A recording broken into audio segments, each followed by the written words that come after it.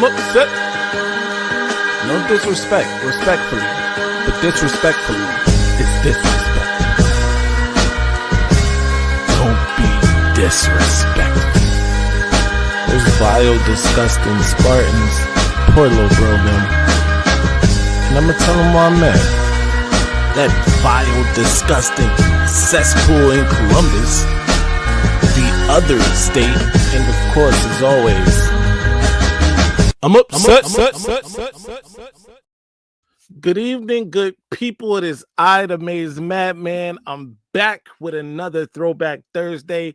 You know, Throwback Thursday, since we've been doing it, we've been lucky, man. We got some really good interviews, and tonight is no different. We welcome somebody close to heart, always in the chats, chatting it up with you guys, with me, always up on the call-ins whenever you can. My guy, your guy, West Quad Chamberlain, ladies and gentlemen. What up, though? Quad was good. Hey, I would have got a cut if I had known we was doing this. I would have went facial, but since I'm out here looking like a wire extra, I'm not gonna be able to do it. Yo, first of all, Quad, you were a walk-on, right? Yes, sir. Back in 98? Yes, sir. 1998.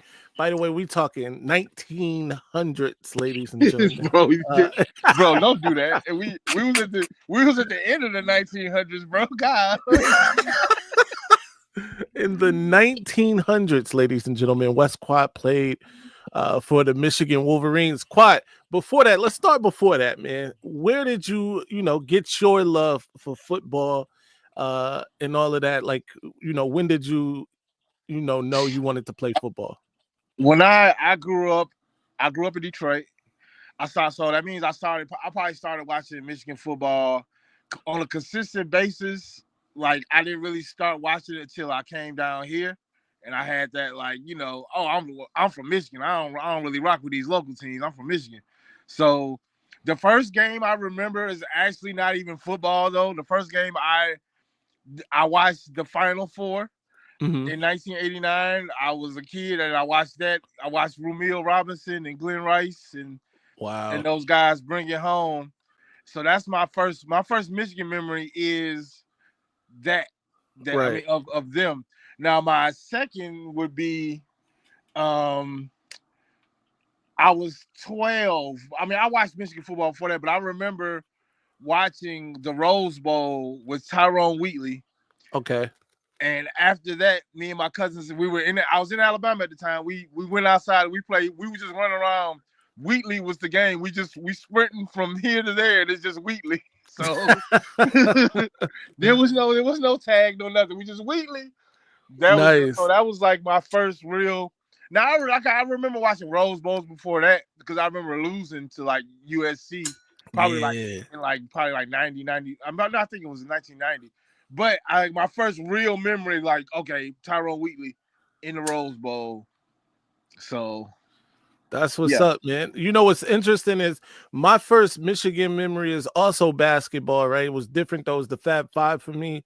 I just thought it was like cool how they like wore their uniforms and stuff like that. I was super young. But then, my first Michigan football, memory was, I really started watching around like the end of Tyrone Wheatley into like Charles Woodson. Charles Woodson's really like my intro to Michigan college football. But yeah, man, good times, good years. Before that, I want you to know, but I had a Michigan State football that I would not do nothing but kick it. I promise you. Listen, I promise you, I would not throw this football around. All I would do was kick it around the yard. So my hate for them started. I didn't even barely know Michigan. I just know I didn't like this green and white team. So that's fire.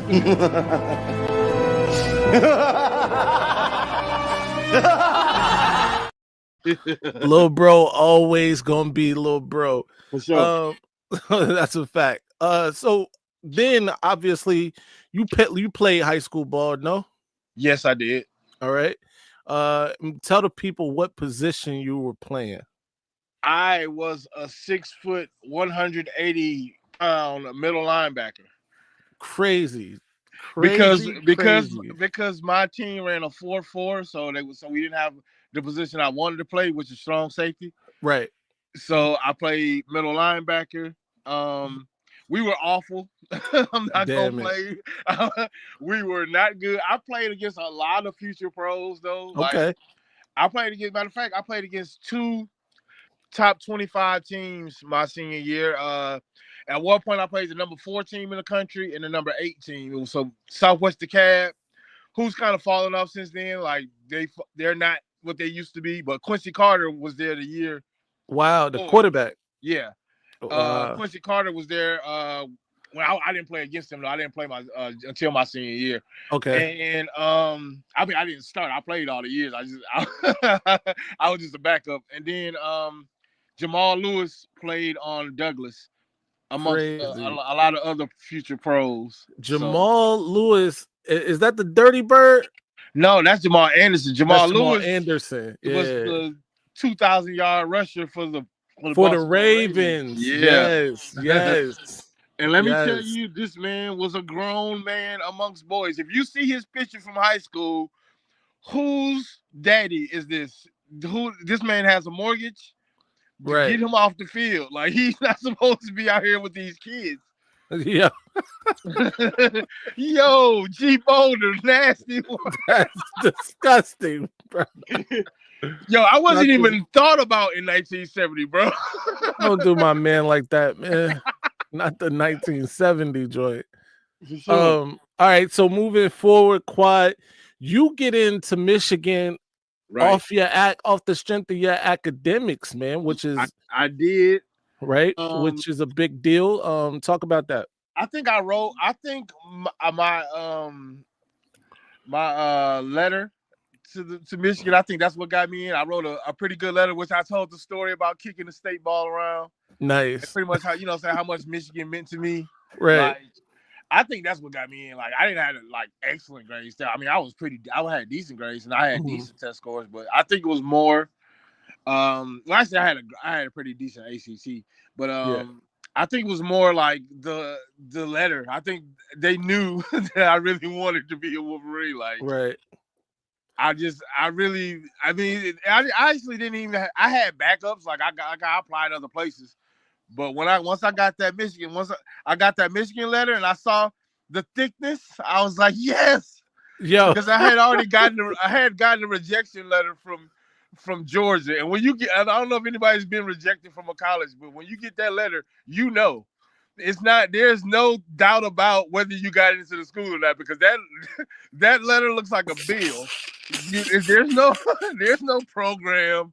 There's no brochures in there. It's the brochures. I should say brochures. Brochures in there. It's just a thin letter letting you know quite so kindly.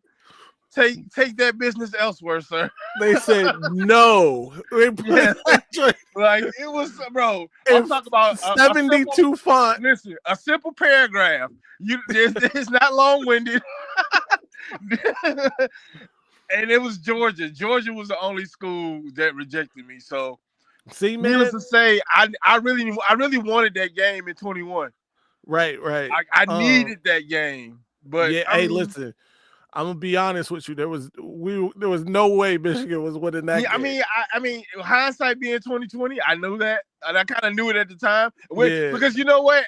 Much like them, I mean, we were just happy to be there, bro. Like, now that's a fact. Listen, bro. We go into that game, and the gas from like all of the year that year did have me like, oh, now we can win, right, bro? Nah, they were crazy. It wasn't quite the Monstars look that Alabama gave when like they played Notre Dame that year in the championship. It wasn't quite that. But realistically, we knew.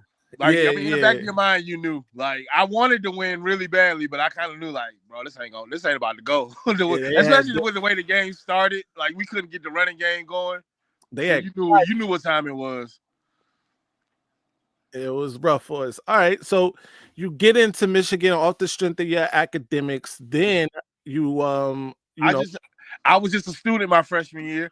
I could have okay. had a ring if I had gotten there Should have early. walked in Like, bro, walked on look, as a freshman. listen.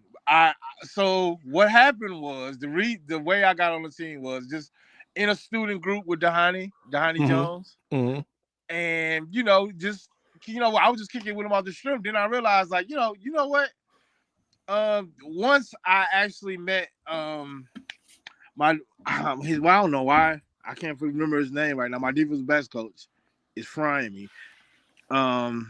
It'll come back to me. Yeah, but I meet my defensive backs coach, and he just happened to be there. It was like a black male student group, just like right. like a lightweight club, nothing serious.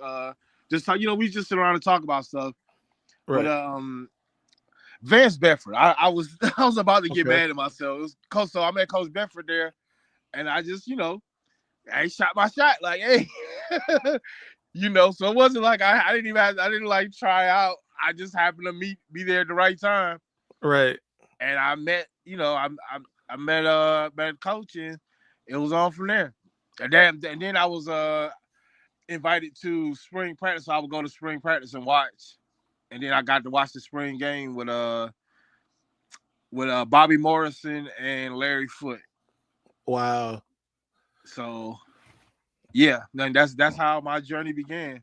It's not a typical story, I know. They mail you a letter, you know what time it is. Yeah, I wish any of you youngsters watching, I hope you don't get no thin letters. Come on, bro. Why is G Bowden determined to make me so old, bro? I'm old enough, going brother. Crazy, bro. Shout out to my guy Taves. Dub Q, you know what it is. Hey, shout out Taves. What's up, bro? So you shoot your shot. You get to be a walk-on at the University of Michigan, school you've been rooting for, since you were a kid. Right. By the way, let's talk about that roster, bro, especially on defense. I think that defensive roster was crazy. It was. You talking about Larry Foote. You already mentioned Dahani Jones. Bro, it's some killers on that defense. Shout out to Cato June. Right. Todd Howard. Not gonna mention my arch nemesis. He knows who he is. No, bro. The beef was kind of one-sided, bro. Like, I had beef with somebody on the team. I don't have no beef with him now. I'm not gonna say his name, but he used to, like, I don't know if I stole a girl from him or something. Damn it. But it was definitely like one-sided beef. Like, I didn't have no issue with him, but he definitely didn't F with your boy. Yeah. But it is what it is, bygones on my end. But right. Yeah, definitely one of those situations. Like, I never really had beef with nobody on the team before that either. So that was a new thing. 49 of those Wolverines made NFL rosters. That puts us at number 5. That's insane, bro. So Cato June, he from DC, right? Anacostia. By the way, ladies and gentlemen, for those who don't know, because Anacostia different now. Like they've gentrified Anacostia a lot now, but it was when he was going. Yeah, no, I thought I remember hearing that it was the hood. Hey, it don't get much more hood. It's like, you've been to Brightmo in Detroit. Oh yeah. It's okay, never mind. Yeah. It's bleak over there, bro. No, okay. So, and his roommate was Walter Cross from Oxon Hill. Wow. Okay, so they knew each other. They said, I'm pretty sure the coaches set it up for that. Like, let's keep some continuity between. Right. Yeah. These guys in the same area. Was he playing go-go? Oh, I'm so glad you mentioned that. So I go to their room, right, and I look on the CD player. I'm like, these boys listen to 3 6 Mafia too? Because we were we in Atlanta, we were definitely listening to it, but not everybody.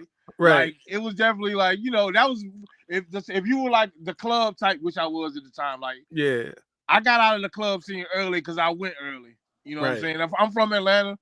I went to a strip club when I was 15 years old. Wow. Because it's the same one that everybody else goes to. It's called Montrez. If you know somebody from Atlanta, they will tell you, they will let in, bro. If you looked at the people they will let in, it was like, boy, if the police come up in here, come on, man. We all going to jail. I look probably like 19 when I was 15. I had the facial hair and whatnot. Right. But my homeboy didn't. My homeboy younger than me, he like 13. Like, bro, this man, and he looked 11. So just know, look, in Atlanta, it's a rite of passage, bro. We are a party people. We're not quite like New Orleans, but shout out to Ray Lewis for ruining things, because we used to be an all-night party town. Now we close down at 2:00. So he said, before you were throwing dollars, you were throwing 50-cent pieces. Yo, giving ladies concussions out here. I was giving out allowance money because I did not have a job, but I was definitely at the strip club giving out my allowance money. So when I first moved out to the DC area, my aunt, who I came to live with, she worked downtown actually in DC. And that summer I went to work with her for like 2 weeks, bro. It was nothing. But they paid me $1,500, right? I'm like 16 years old. $1,500, a lot of money. A whole lot of money. Hell yeah. So so she took me to the bank to cash my check, right, which was right down the street. And the bank tellers in there, they was young. It was a couple girls. They was in their 20s, maybe something like that, right? But I wanted all 1,500 of my dollars in one. But my aunt shut that shit down. She said, "No, don't give him." They was about to do it. Don't give him $1,500 in ones, right? You wanted 15 bankrolls, is what you wanted. Yeah. So she allowed me She allowed me to get $500 in ones, right? So so I get the 500 in ones, and I got whatever. That summer I went crazy, bought all kinds of shoes, whatever. But it got annoying after a while. I go to the Foot Locker, and now I gotta count out all these ones, bro. Sure. Yeah, dudes didn't even want to sell no more, man. They like, yo, you take him, man. It was stupid. Did you ever spend them? Did you ever spend any of those ones at a place of adult leisure? Nah, man. I was back then. We had they did a cool thing out where I'm from, or where I live. Like they had a teen club. Okay. Now, we definitely had those. Look, but I skipped that we had those down here. I skipped that part. Right. I went straight, like when people go, I went straight to the adult clubs and the adult clubs. So. Adult. Yeah, so the teen club, and it was popping back then, because this when like In the Club just came out. Okay, so you're a little bit behind me. I see you. I could date you with that, because I was probably like 21 when that came out. So you're just a little bit behind me. Yeah, it was a good time in there though. For sure. But all right, so we talked this. By the way, Larry Foote was a freshman. This is freshman Larry Foote. Yes, that's crazy. And look, all these. I was a sophomore. All these dudes were older than me, because I graduated early. I was barely 17 when I graduated high school. So see, that's why you got into Michigan. Yeah, don't shortchange yourself. Yeah, no, I was. Yeah, no, I was definitely a potential pick. Because I had just turned 17. I was 16 for like all my senior year, and I couldn't do driver's ed because I was too young. Like you have to be the exact age, like in Georgia, to take driver's ed. So I had to learn how to drive. I had to take the Georgia booklet and learn the rules of the road on my own. I didn't get to take driver's ed. Yo, shout out to my boy Goj, man. It's been a minute since I've seen you. It definitely won't be in the chat as much this season. Salute to you, man. Congratulations. I don't know if I got to tell you after y'all won it, man. It's begrudgingly that I gotta say that, but congratulations, bro. G Boulder's on my head. What he said? It was different in the 60s and 70s. Yo, G Boulder's wilding, bro. My man's, I am not a civil rights baby, okay? Yeah. So for those who wondering, we are here with tonight's guest, my guy, Wes Quad Chamberlain, former walk-on for the University of Michigan. It's Throwback Thursday. We had to keep it throwback, and my man, according to G Boulder, is very throwback. This man, yeah, he acting like I played, like I played when we only went to one bowl game. Yo, like I did not play in the Rose Bowl or Bus days, G Boulder. We definitely had the Outback Bowl and amongst others. Damn it. He think you was there when they started the Brown Jug. Right, exactly, bro. Your team was the first one on there. Not on the team that left the Brown Jug in Minnesota, G-Bo. Right. So look, you by the way, we didn't talk about this guy, a senior on that team. I think a super senior at this point. But from Columbus, Ohio's own Marcus Ray was still on the team. Yes, he was. What were the expectations? Let's talk about the expectations for that 98 team. What were the expectations going into that season? I can tell you what the expectations weren't. Okay. That we would start off 0-2. Yeah. Yeah. I would, and let me tell you. Was that something. Donovan McNabb and them came in there? I was on the sideline for that McNabb game. Yeah. And sir, when I tell you, you knew that man was gonna be there were a lot of future pros on that Syracuse team. Right. Like they had Rob Conrad, right? I think Quentin Spotwood. Marvin Harrison was already gone. Marvin Harrison was already gone, but they had a lot of Keith Bullock was on that team. So you can look across the field like, okay, they got a lot of future pros, right? But that one, that one in particular, bro. That's crazy, bro. I was in shock. Like I couldn't even, I'm normally a rally the troops kind of guy. Right. There were no rallies that day. The troops were all in dismay, and I could do nothing for them, bro. Come on, man. It was sad. I was like, bro, this feel like high school, bro. Like I'm not supposed to be feeling like this at the University of Michigan, bro. I feel like because you couldn't do nothing, bro. Like, right. I mean, I already wasn't like gonna play, but I couldn't, like I said, I couldn't rally the troops. There was nothing to be said. Yeah. What they came in like the 5th ranked team? Yeah. They were pretty highly ranked. They probably left like the 3rd ranked team. Damn. But they season after that went kind of awry, bro. Yeah. No, that was definitely we had to be the highlight of that season. I think they ended up losing like Tennessee or somebody. Yeah. Tennessee smacked them, I think. T Martin and all of that. Oh yeah. That's the same. Which is ironic that for all the people that Peyton Manning deserved the Heisman, did he though? Hey. Are we giving out are we giving out participation trophies because all he did was stay till the senior year, right, and lose to Florida again, and got his pants pulled out and spanked by Nebraska in that Rose Bowl, which helped them get that national championship split. Right. So we can thank Phil Fulmer and Peyton Manning for that. Besides the fact that he voted us for, right, he also laid down and said just let us get his bottom smacked by the Cornhuskers. Yeah, that's nasty work, bro. Yeah.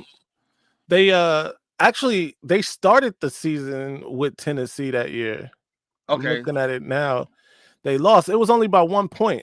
They lost 33-34. So we were probably walking in look, I was there. I really expected to win, obviously, like I said, as a defending national champion, but right. There was no joy in Mudville that day. Mighty Casey. That's all I can tell you. Damn it, man. It was sad. Yeah. But yeah, and then the opener, I was at Chrysler because obviously I wasn't on travel team, and we were all at Chrysler Arena watching Jarius Jackson. This was the beginning of Michigan's trouble with mobile quarterbacks. I was there for that. So yeah. I was there for the genesis of this. Right, because that would Heck, you know, I guess not quite, maybe 7 years later when Dennis Dixon, And I'm sorry. no, then you had a little bit later Armonte Edwards. Oh no, the same Crazy. year Armonte Edwards from App State. Right. So yeah, I was there for the beginning, bro. Like, oh, this is not good. Yeah, they were getting jiggy on us. That's not great. Oh, yeah, definitely hit that like button. Definitely hit the like button. Now the rabbit got the gun, ladies and gentlemen. This year, by the way, week 1 quad is officially underway. We got games going right now. I'm watching games every day. Upset alert, ladies and gents. Through Sunday. Upset alert for Boise State, right? What's that score? Sir. Waiting on it to pop back up right 17-7, bro. 17-7 USF. I picked USF too. I want it to be known. I picked on the week 0 pod. I picked USF to win that game. That's gonna be a good one for me. But by the way, Ralph said how'd those leather helmets fit? Were they adjustable? Or was it one size fits all? Hey, I'll take my all boy these Mizzle here. Jokes, but I don't trust me, I don't look as old as y'all think. Man, they know black don't crack. Exactly, bro. I'm pretty sure some of my teammates look like they was on the 88 team. So yo, stop it, bro. Yo, listen. We all don't have the fortune of aging gracefully. Is all I'm saying. Right. Johnny, you definitely should have went. We talked about that. You probably should have went to this one, man. Upset alert, ladies and gentlemen. Oh, you saying Johnny talk about this game right here? Yeah. Oh, Johnny, this wasn't was this part of our pick'ems? Oh, I hope this was part of the pick'ems. I don't think it was. I think we picked all week 0 games for the Saturday show. By the way, good time to mention this and every Saturday, catch Johnny Olden Jr., myself, the Maniac, and Josh and Marcus from My House Divided at 11 a.m. on the Big College Football Show at 11, streaming on all our channels. So be sure to be there every Saturday. Okay, a quick question on House Divided. Are they brothers? No, they just grew up together. Okay, for sure. All right. Yeah. DJ Swearinger and Josh Norman as well. Who we talking about? Oh, Armani Edwards. Yeah. Oh, okay. That's what's up. Yeah, man. So okay, let's move on. You have a disappointing season that year, 1998. For sure. Coach Lloyd. What was Coach Lloyd Carr like? That's what I want to know. He was like, bro, he was grandfatherly. Honestly, bro, I never had a grandfather. Right. He was like the closest thing I ever had to a grandfather. Yeah. That's crazy. So back then, and it might be still true to this day, right? The walk-ons don't travel for road games. No. You have to make travel team. So I think they're like either 60 or 70, probably like 60 or 70 spots, probably more like 60. So it's a bare bones unit that's traveling on the road. So like I said, my first game, I didn't travel. I mean, the first game I watched at Chrysler, right? Like with the students, because you don't get to travel. So yeah, I mean, even then, like as a walk-on, I didn't even get to go to the hotel. Like, damn it. Only so many people can go to the hotel as well. So I wonder what that's like now with NIL. Right. Like, is it the same type of deal? Oh, also, I didn't get to eat none of that good food. I did not get to eat training table. What? No, yeah, that's for scholarships, buddy. What? I got good intel right here. I ate like a regular student. Now, the thing I did benefit from was my generous teammates, right? And them having not coupons, but like basically like vouchers, okay, for food. So, living in my namesake, West Quad Adams House, right? They was showing love. My boy Benny Japru and Dan Rumashek, they stayed on my hall. Dude, they were the only other players on my hall. Like above me, Cato and Walter and I'll say Evan Coleman. I think Julius Curry stayed above. They stayed above me in the same hall, just on the third floor. I was on the second floor. Right. But yeah, I mean, all my teammates were juniors with the food, like, so there was much late night college in. Right. Like, you didn't have to worry about that. Now, no doubt. my freshman year, let me tell you about starvation. I lived on North Campus my freshman year, and right. On Sunday you got one meal, and it was like brunch. Wow. So after that, after that, you're gonna have to order some Domino's, basically. Right. So I knew what it's like to actually, like, when people be like, yeah, we were starving. Let me tell you, as a freshman that didn't play football, that's what real starvation was. Like, don't mess around and get drunk and don't and don't catch that brunch. Imagine going no food. You better have something in that room. You better have some snacks. Right. You know what I'm saying? Some Chips Ahoy, something in that room, because you are going without until that Monday morning. That's crazy. Shout out to Seth. He said Boise quarterback gonna be tired as much running as he's doing. It's just getting tempo short passes. Yeah, man. South Florida came to play, and they're playing at they're on the road, Boise, right? Yeah. Yeah, man. So your boy, shout out to your boy, Virginia boy. Your boy Mike is on ESPNU, I believe. Mike Vick. Oh yes, yeah. I was watching that. I went to Norfolk State. I forgot. I'm bouncing back. Yeah, I'm bouncing back and forth. Yeah. I'm thinking about going to homecoming this year, man. It's gonna be crazy. I know do that. Yeah. Congratulations. I don't know how your boy got to skip the line as far as coaching goes, but you know how he got to skip. Yeah, I mean, actually, I do know how he got it.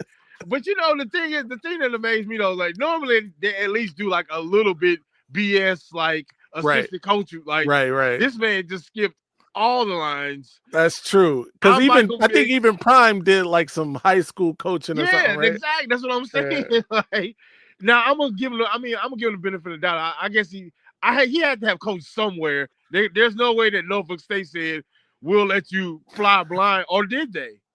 I mean, I feel like I don't know any coaching history from Mike Vick. I feel like he had to coach somewhere in the Tidewater area, bro. There's no way he just came off. Yeah, I mean, maybe he had some, he was an assistant at a high school or something like that. That's possible. You know what? If anybody's gonna come on the streets and be that guy, it's Mike Vick. But we gotta also remember pre-allegation era, this man was not in the film room. So right. What's up, Keegan? So we gotta that's what makes me question. Like, bro, this man's not like it's not like Peyton Manning, where this man's like he devours film. Right. This man admittedly did not study before his test. Also, I also think, in that area, it's a few guys. Like if Norfolk State basketball needed a coach off the street, Allen Iverson would get a job if he wanted it, right? Well, yeah, I mean, sometimes you get to skip the line. It's the more absolutely, especially in that Tidewater area. Those guys are like legends, right? For sure. Well, they are legends. Let me tell you, I don't know if he's from the Tidewater area. I'm pretty sure he is Hampton. Player of the year, my year was Ronald Curry. Ronald Curry.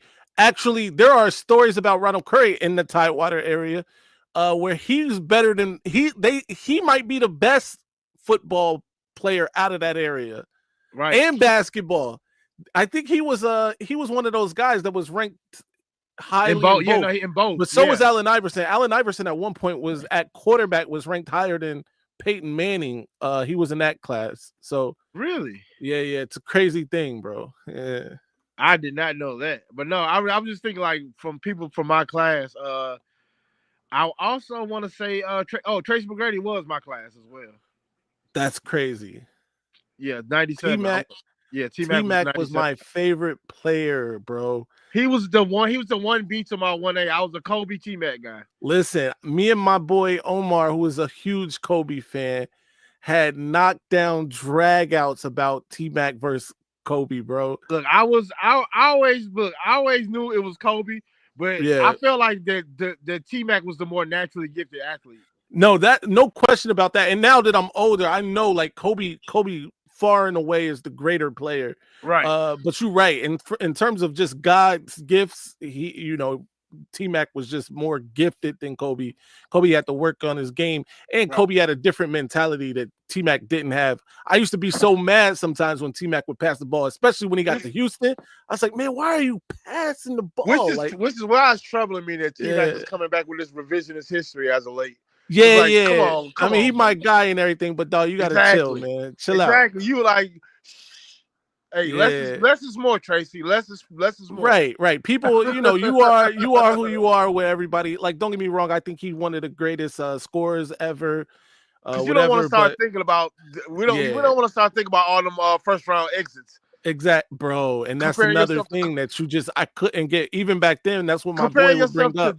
It was no getting past that, man. Bro, one of the champions of champions, 5 rings, and you want to come on, bro. This man said T-Mac was born for big 3. You know what? Disrespect T-Mac. Yo, it's a Kobe lot of guys I feel like that. MJ, he was. But what a magnificent impersonation it was. He did a great job of it. Yeah. Like, a lot of people tried that impersation on, and they did not succeed. A lot of them. Harold Miner. Get out of here. Baby Jordan is a nasty nickname, though. Like, you gotta tell people, don't call me that, man. Right? Yeah. Hey. Ixnay on the AB base. No, that's a fact. Cut that out. All right, man. Let's go through these games real quick. Okay, let's talk about it. All right. You guys start on the road with Notre Dame. Obviously, lose that one in South Bend. All right. I agree. We talk about Miami. No, we're talking about y'all. Oh, I'm thinking about this week. He said, "I agree." Of course I agree. I saw Jarius Jackson. Yeah, I was there for it. Yeah. Then 0-2 start because Syracuse comes to the big house. Right. And McNabb shows why he's going to be an eventual number 2 overall pick. All right. Eastern Michigan, you smack around because they're Eastern Michigan. And I knew a guy that I actually ended up after I was off the team, I stayed around Ann Arbor for a while. There was a guy named Jermaine Sheffield that played wide receiver for Eastern. He was really, really good. And we ended up working for my cousin doing landscaping around the area.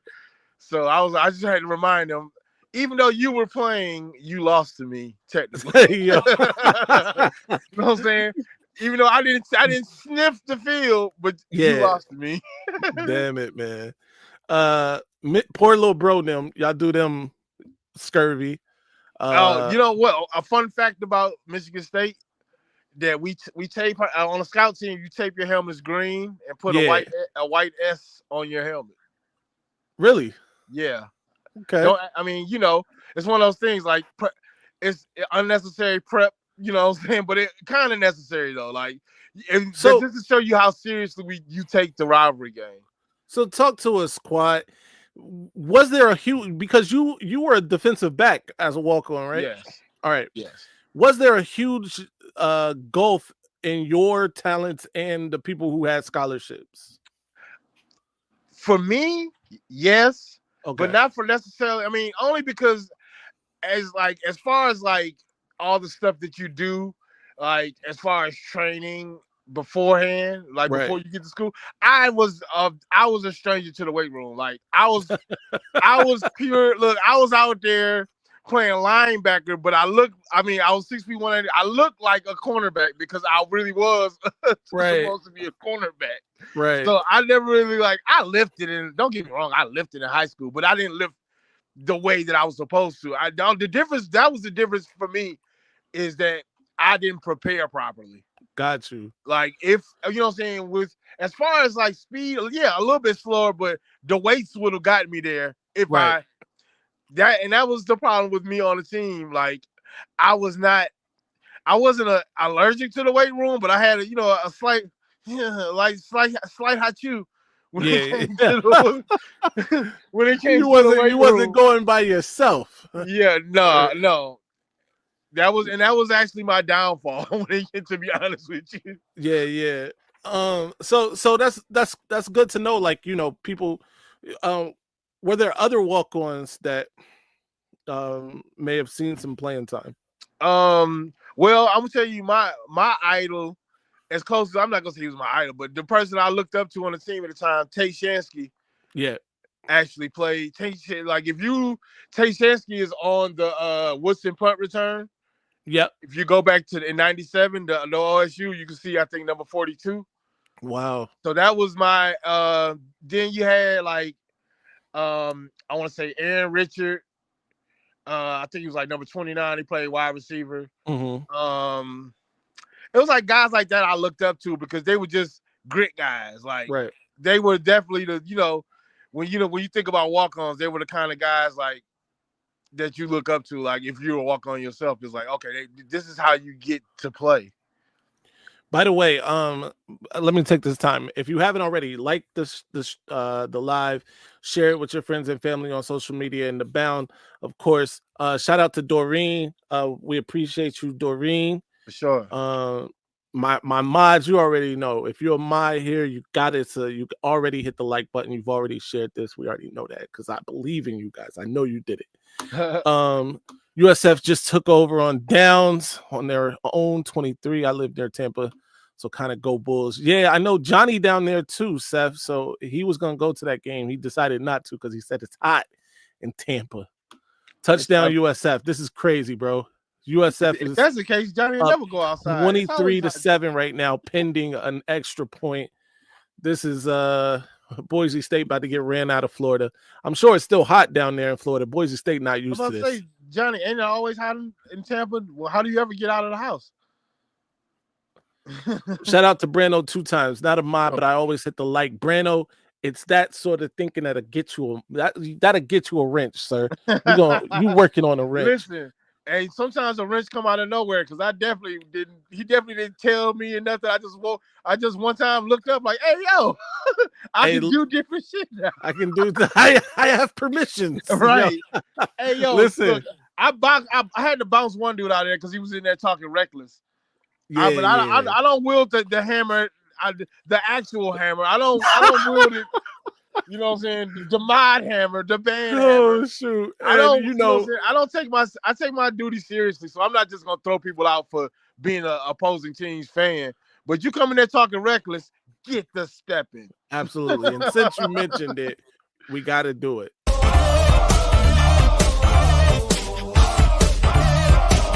Stop. Hammer time. I want Michigan fans to know the only place that you've been seeing a consistent hammer is right here on the Maze Madman channel. We've been that's crazy work. We've been bringing you the hammer for a long time. All right.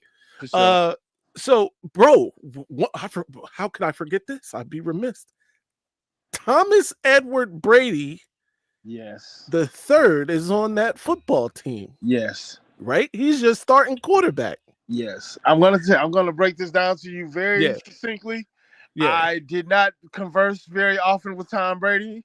Hello. Right. Et cetera. What's up? Et cetera. Now, the person that I did have a relationship with, my workout partner, one Drew Henson. Okay. Which lets you know how much I was lifting because I was working out. I was working out with the quarterback, so I was not throwing around them. I was not throwing around that iron.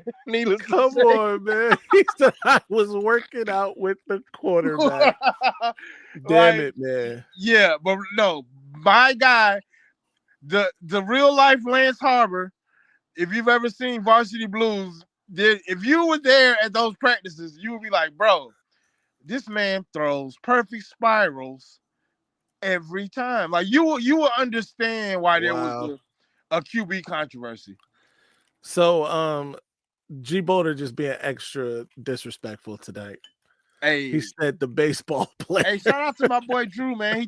He couldn't hit the curve. Couldn't hit the curve. Man. When you hold on, go ahead. No, I just want to let y'all know he was on campus with that baseball money. So this man had a Denali. Wow. Yeah. So know that was the one time. That was the one area where you could have money on campus. Being a baseball player, you were allowed to still play football, obviously. So, and yeah, that man was the $1 million man on campus with the Denali. I don't understand how that was a thing, right? Yeah, I'm assuming he had an agent for baseball. No? Probably, yes. Right? How could they? Why was the NCAA playing this game with baseball players as opposed to anyone else? Different strokes for different folks, bro. I mean, different set of rules for dual threat athletes. I don't know what to tell you. Like, I mean, no, but you understand couldn't play basketball. You couldn't go to the NBA and come back and play football. True. Right? I don't ask me. I don't work for the NCAA. You know what's right. Yeah. Yeah, get them out of here, man. Pack them up, man. Yeah, bro. Look, as you can see from what happened, the the thrill is gone. The thrill is gone down there in Indianapolis. Right. Like, yeah, it's over, bro. Like, and plus, and they're really gonna fold once the inevitable happens in the SEC and Big Ten form a super conferences. Tom don't know me, bro. Tom don't know me. Tom might know me, like if it was like a mugshot lineup. He might be able to pick me out of one of those. Damn. But, yeah. Now, if Drew didn't know me, I'd be upset, bro. Like, we sweated too hard in the weight room. Stop it. You do not know me, bro. We sweated too hard. All right, so look, obviously, so talk about that them passing in practice leading up to, I guess, who would be the starter week 1 with Tom and Drew. I mean, from your perspective, what was it? Tom looked, I'm not saying that like Tom didn't look good. Yeah. He didn't look like Tom Brady though, bro. Right. And I'm pretty sure he would tell you he wasn't Tom Brady. That took a lot of blood, sweat, and tears in Foxborough. Right. You know what I'm saying? Like, he developed that later. Like, he can be as salty as he want to, but to be fair, it's the reason why he went in the 6th round, bro. Like, yeah, he wasn't that guy yet, and it's probably, to be honest, it's probably the best thing that ever happened to him, because you can see the chip on his shoulder, but the fact that, like, for the simple fact that he didn't have the quarterback job to himself, and which was understandable. But it was, like I said, I also understood, like, bro, if I was Coach Carr, I would have let Drew play too, bro. Like, yeah, because that man had, like, I mean, let's take baseball out of the equation. I think Drew Henson wins at least 1 ring in the NFL, and I know that's being like partial because we were friendly and whatnot. But I just saying, my eyes knowing football, he had it. Like, got you. I think the time away from football kind of took a little bit of zip off the fastball, so to speak. But if he went straight to the draft, bro, he would have got a ring. Yeah. And he would have been I don't think he would have ever been as good as Tom, because Tom had that it. Right. That, you know what I'm saying, like that grit and that determination. But just like pure talent, Drew had it, bro. Like I said, you just had to be there, bro.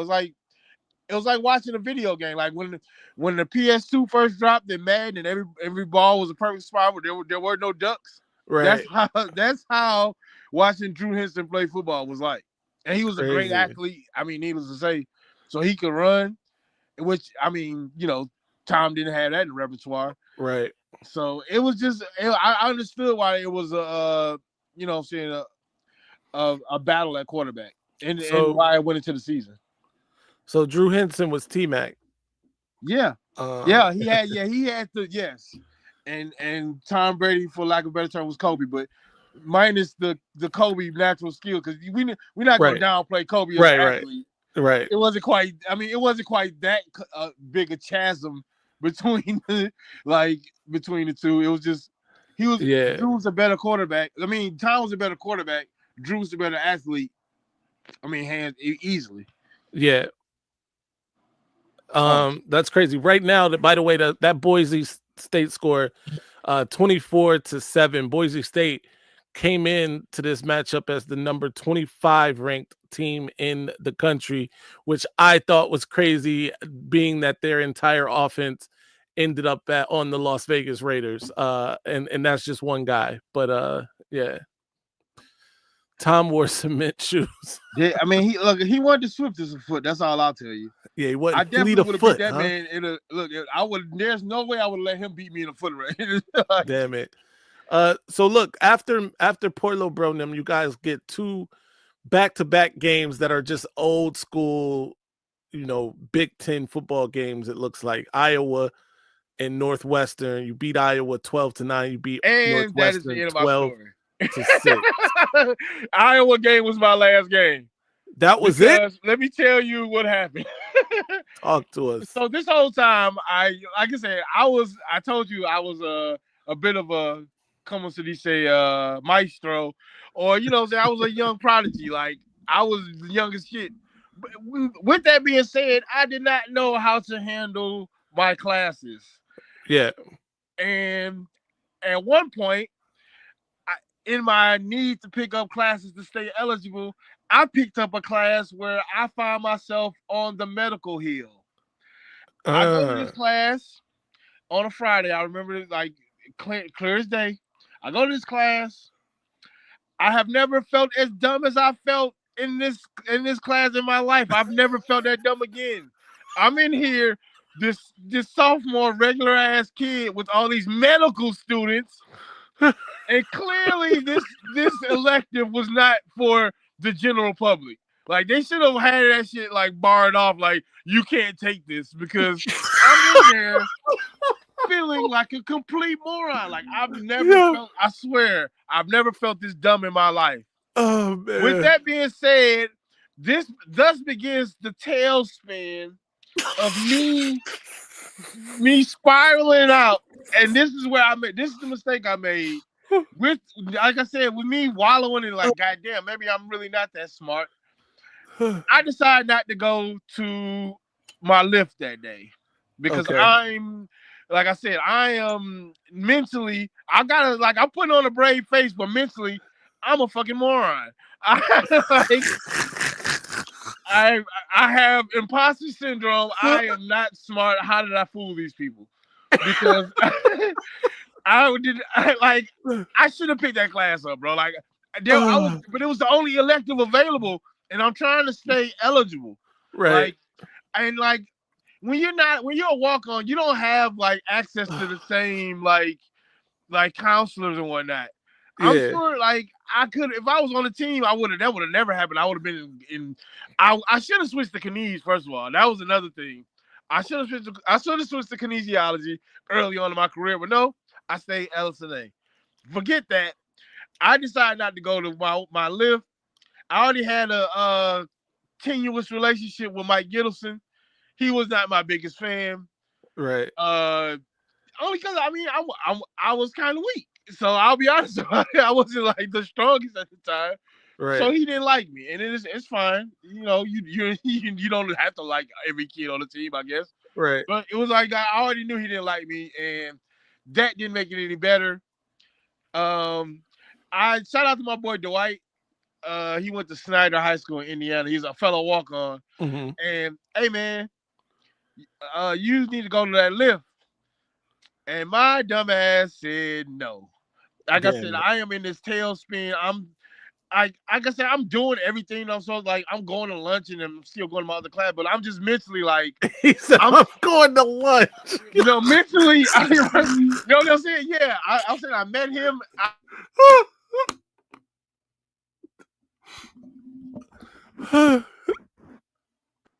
That was God telling me to go to the lift.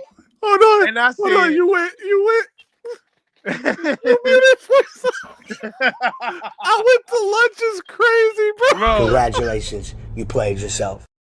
And I'm like, nah, bro, I'm not gonna go to this one. And with that being said, I had already had a conversation with Scott Leffler, the big redhead, who was like, so it was a thing like, they were telling me simultaneously to come to practice and not to come to practice. So like I said, because I couldn't come to practice because I'm ineligible, but because I don't have enough hours. But also, you better show up to practice. It's like, bro, you can't tell. Like, you telling me two different things. And when I don't show up to practice, it's like, you told me not to come to practice, bro. Right. So it's like, I screwed myself, but I kind of got screwed over by the administration as well, because don't come to practice. So now I'm quote unquote missing practice when I've been told to miss practice. But then I screwed up on my own, and that case Sarah. I came in that Sunday. Coach Carr invited me to the office. Damn we had, I mean, I tried to explain my side, and the thing was, his side was, you've already missed these other practices. When I tried to tell him, Coach, Leffler told me don't come to practice. And it's like, so I screwed myself, but I kind of got screwed. But it's more I screwed myself. I'll say that. Right. Like I said, if I just go to that practice, maybe I'm not even here right now. Maybe I'm here in a different capacity. But damn it, man. You know, everything happens for a reason. Right. I don't know what that reason was yet, but they taught me to go. Hey, if you're listening, go to practice. Learn from my mistake. Do not be that jerk. That blows off practice, and because I was that jerk that blew off practice. Quad, you are hilarious, bro. He said, "Listen, the thing is, lunch. If lunch wasn't first, I would have been all right." Right? No, I was going to my other classes. I was going to lunch, bro. I went to lunch, bro. I had to eat. I had to look. I needed something, bro, because there was a pit in my soul. Like, bro, I am a complete moron. But also, I would recommend. I did not come to play school. I did though. But that day, I was on my Cardale Jones. You are correct, Ralph. I was on my Cardale Jones. I was on some F school that day, and it cost me dearly. Bro. It cost me. But you know, like I said, everything happens to that class on the medical hill. Like, bro, hey, yo, what the fuck? It took the fire out of my soul. Like, I really thought, like, man, you are a moron, bro. Like, you are a moron. Because I didn't know, like, bro, it's first of all, my first clue, it was a 400 level class. Okay. Like, looking at I should have known. The rest of your class have been 100, 200. What are you thinking going up here? But it was the only thing available. So, like I said, it's one of those things, like, I needed a counselor. I should have used the one that I had. But, you know, no, I'm grown. I got this. I do not got this. I did not have it. I did not have it at all. But, you know, like I said, lesson learned. Next time, go to practice, buddy. Definitely. Kids, any kids out there watching this, the lesson here is go to practice. Iowa was my last, because I'm thinking about it, like, I remember an Iowa game playing with, like, I remember, like, getting ready to get the Iowa game playing. I do not remember anything about Northwestern. So that's how I know that Iowa game was my last one. Shout out to kicking, man. Nah, yo, this is West Quad. He's always in the chat. He's West Quad. He was a former walk-on at the University of Michigan in 1998. The year after they won the national championship, he was on the same team as people like Tom Brady, Larry Foote, Dhani Jones, Drew Henson.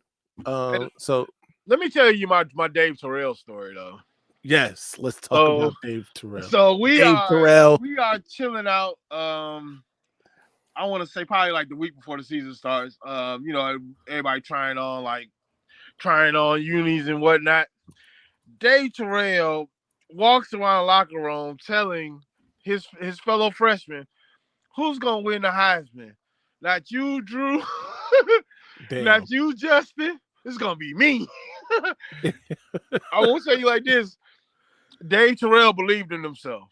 Yeah. Shout out to DT, bro. That man believed in himself. And I think he had a little bit of my syndrome once he, you know what I'm saying, once he got to Chicago. Because Dave was him. Right. Don't get it like when all these balls that I'm talking about getting thrown, these perfect spirals, Dave and Marquise Walker shout out to the old man. Marquise looked older than me now when he was at U of M. But Right. shout out to Marquise. Dave and Marquise cool as hell. But yeah, Dave, I think that he believed in himself a little bit too much once he got to Chicago. Because like I said, bro, he had all the talent in the world. Right. It's another thing, like when you, like I said, if you seen it yourself in practice, you be like, oh yeah, he definitely can be the number 6 pick in the draft. Which he was. So shout out to Dave, bro. Damn it, man. David Terrell. I believe he was 3 years, 1,000 yards. Yeah.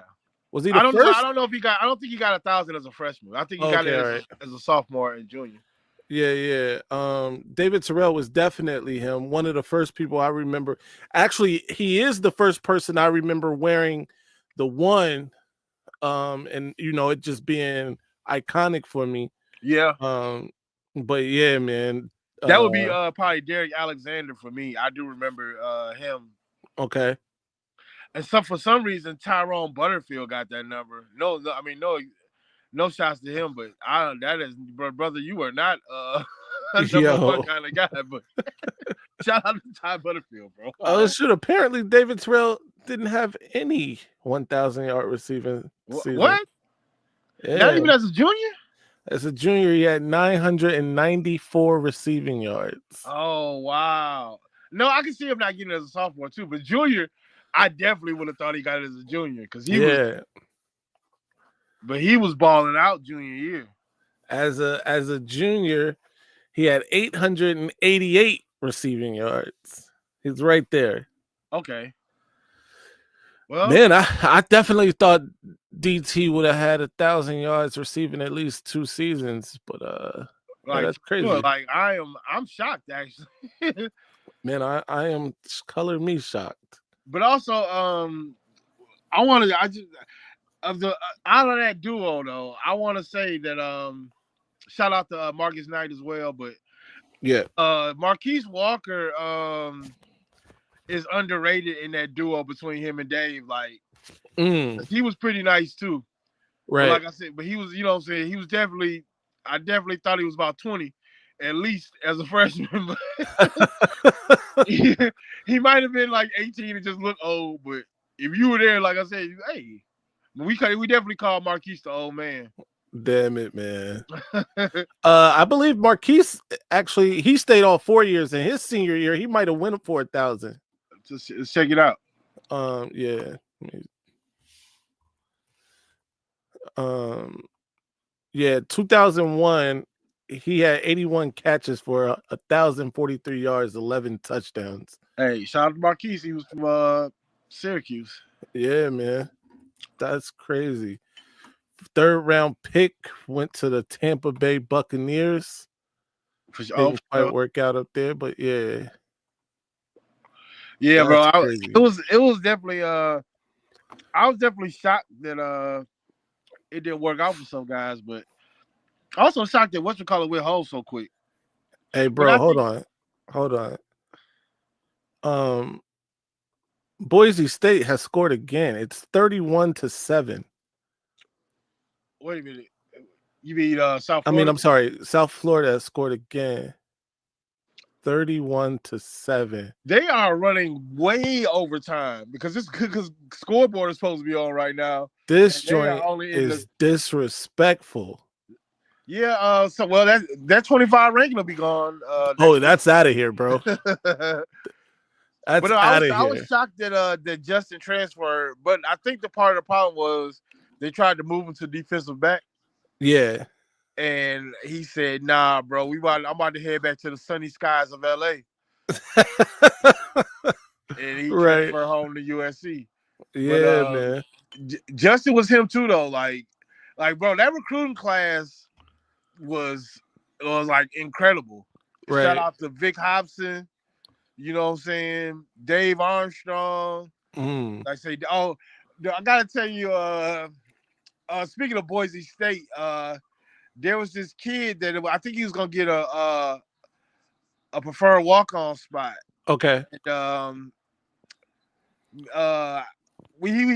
I won't tell you who one of the people that I was on the hall with. So there's only two people. One of the people I was on the hall with I was just hanging out on a Friday. He's like, "Yo, it's like you wanna take this recruit to the Deja Vu with me?" And I'm like, "Bro, I'm doing nothing on the. Of course I want to go to Deja Vu. Not that I'd never been to a strip club. I've never been to a white strip club before though. So let's go." So we took this kid to Deja Vu, and had a great time and whatnot. But he was like undersized and whatnot. But sad story. He actually ended up dying in a freak accident. Like, oh no, at Boise State. Yeah, he hit his head on the turf, and I think he had brain bleeding. I hate to put it in the story on a sad note like that, but it was he was a cool kid though. Yeah. Look, man. Before we end this thing, tell us what's another good story you can tell us without incriminating anybody. I can't. That's the problem with that is I've got an excellent story, but I'm not a snitch, and I'm not gonna blow nobody's spot. But this story is excellent, and I really want to. I'll tell a story without telling you. Right. Okay. Okay. So I'm hanging out with my my regular friends. Okay. This is after I'm off the team, so I'm still, obviously still going to school. But so I'm hanging out in a part of West Quad that I don't hang out in. Like, this isn't really quote unquote my part of the dorm. It's like there's a courtyard in the back where you get there where there's this tunnel that heads out to South Quad. Okay. So I'm just hanging out there. We were out there probably smoking Black and Miles or something. So, I let myself go after not let myself go like I got fat or nothing, but I definitely drinking and smoking or whatever. Right. So I'm hanging out there. I see I'll say a wide receiver and a linebacker come through, and I'm like, "Hey, what's up? So and so and so and so." And so for some reason, there's this guy yelling from like a couple floors up. Football players suck. Fuck the football team. And I'm like, what's bro's deal? Like, and I'm looking at said player, and they are wasted. They are carrying around a bottle of wine. I don't know if it's champagne or not, but they're just like not even brown bagging it. Like they just got this alcohol and they just carry it around. So I'm like, okay, I know that they're out of there. Right. So I'm like, hey, I'm thinking in my mind, like, hey, buddy, you might want to chill on the negative talk up there. Right. But no, but he just keeps going at it. So I'm like, all right, this ain't about to turn out well. So eventually a said player says, hey, yo, you might want to shut the F up because I can tell where you're at. So I'm like, wow. I'm like, oh no, this is about to go bad quickly. So I'm like, I'm just sitting, but I'm not saying nothing. I'm just watching it like commence. Right. So he doesn't stop. He continues to, as I've told people before, earn this ass whooping. But so like so he goes up there. Next thing I know, from the same room that I heard this guy yelling from, I start hearing these Bruce Lee-esque sounds coming from the room, like pip pip pip pip pip pip pip pip. So I run up there to go see what's happening. Said player comes out bloody, not his blood though. Oh no. The other, like I said, bro, I'm not gonna say who it was. That's their business. But all I can say is, dude earned that ass whooping, and I rarely do you see that happen. But there was no need for you to egg that on. Like, why would you? And like I said, I don't think it would even have. It might have been the alcohol, right? But I would just suggest leaving people alone. Look, if you hear this story, the moral of this story is don't egg people on that are already fueled by alcohol, because definitely you might get beat up in your own dorm room. That's crazy. So the player, I'm guessing, never got in trouble. No. Sounds good. I mean, he earned that ass whooping, bro. Like, right, I'm not judging him, because I would have done the same thing if I was drunk, probably. Because there was no need for you to like call down. You asked for that. Like, it wasn't like it was just you got picked on. It was a bully situation. No, you asked for that and you received that. Wow. That's how the story normally goes. Asking you shall receive. He received it. No doubt, man. Quad.